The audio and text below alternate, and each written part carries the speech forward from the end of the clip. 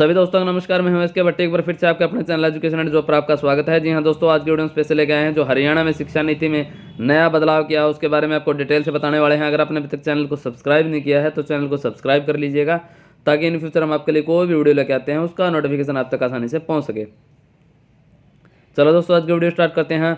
जी हाँ दोस्तों, हरियाणा में आपको पता होगा पिछले कुछ दिनों से बात चल रही थी कि 8वीं का बोर्ड लागू होगा, लेकिन उसकी जो गतिविधियां हैं अभी कुछ दिन के लिए रोक दी गई थी। और अब हरियाणा सरकार की तरफ से एक नया फैसला आया है जो शिक्षा नीति में क्या बदलाव किया है। ये देखिए दोस्तों, ये उसका ऑफिशियल नोटिस है जो सरकार द्वारा पब्लिश करवा दिया गया है। ये देखिए दोस्तों, निःशुल्क और अनिवार्य बाल शिक्षा का अधिकार अधिनियम 2009 की धारा 38 की उपधारा 2 के साथ पठित उपधारा 1 के अधीन प्रदत्त शक्तियों का प्रयोग करते हुए हरियाणा के राज्यपाल हरियाणा निःशुल्क और अनिवार्य बाल शिक्षा का अधिकार अधिनियम 2011 को आगे संशोधित करने के लिए निम्नलिखित नियम बनाते हैं। ये नियम हरियाणा निःशुल्क और बाल शिक्षा का अधिकार संशोधन नियम 2022 कहे जा सकते हैं। ये नियम इनके राजपत्र में प्रकाशन की तिथि से ही लागू होंगे।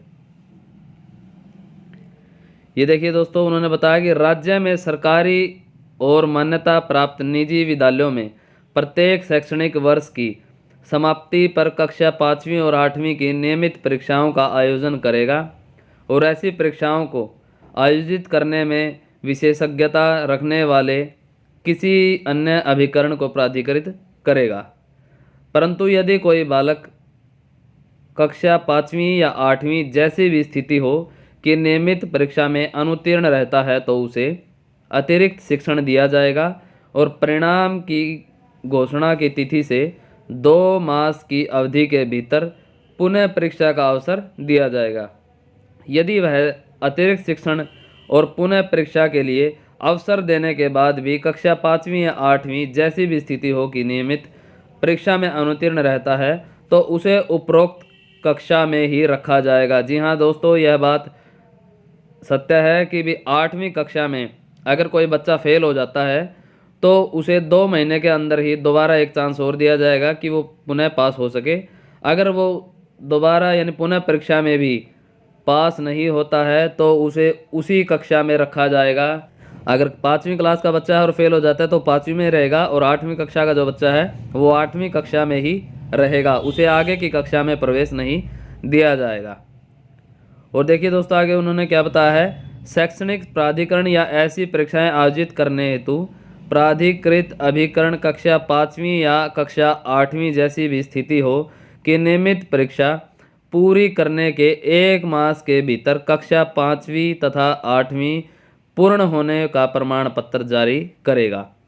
ये देखिए दोस्तों, 17 जनवरी 2022 का ये नोटिफिकेशन है जो 18 जनवरी को पब्लिश किया गया है। और ये डॉक्टर महावीर सिंह जी हैं जो अतिरिक्त मुख्य सचिव हैं हरियाणा सरकार के स्कूल शिक्षा विभाग चंडीगढ़ के, उन द्वारा जो है पब्लिश कर दिया गया है।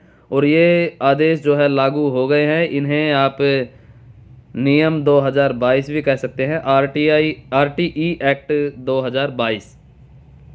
तो दोस्तों, 8वीं और 5वीं का जो है बोर्ड हरियाणा में लागू हो चुका है।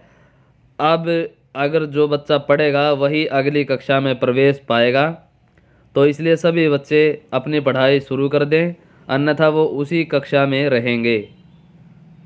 तो दोस्तों, अगर इससे संबंधित आगे कोई नई सूचना आती है तो आपको तुरंत सूचित कर दिया जाएगा।